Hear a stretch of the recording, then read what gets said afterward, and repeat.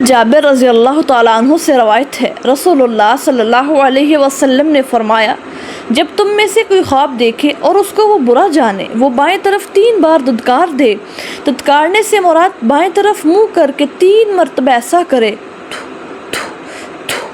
اور شیطان سے پناہ مانگے، یعنی اعوذ باللہ من الشیطان الرجیم پڑھ لے، یا سورۃ المؤمنون کی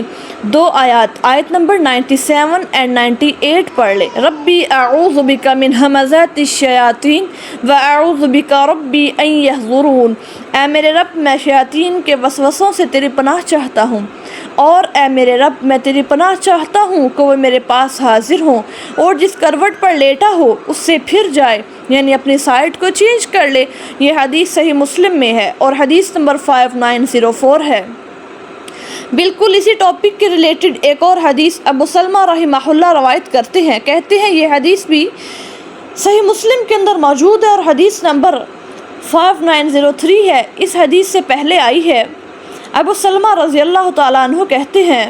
کہ میں بعض خواب ایسے دیکھتا جو مجھے بیمار کر دیتے، پھر میں حضرت ابو قتادہ رضی اللہ تعالیٰ عنہ سے ملا، انہوں نے کہا میرا بھی یہی حال تھا، مجھے بھی بہت برے خواب آتے تھے، یہاں تک کہ میں نے رسول اللہ صلی اللہ علیہ وسلم کو فرماتے ہوئے سنا،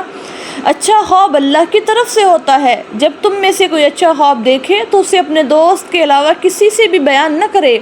ہو سکتا ہے وہ تم سے حسد کرتا ہو اور تمہارے خواب کی تعبیر بری کر دے، کیونکہ تعبیر اچھی ہو یا بری پوری ہو کر رہتی ہے۔ اور جو برا خواب دیکھے بائیں طرف 3 بار دھتکار دے اور کہے اعوذ باللہ من شر الشیطان و شرہا،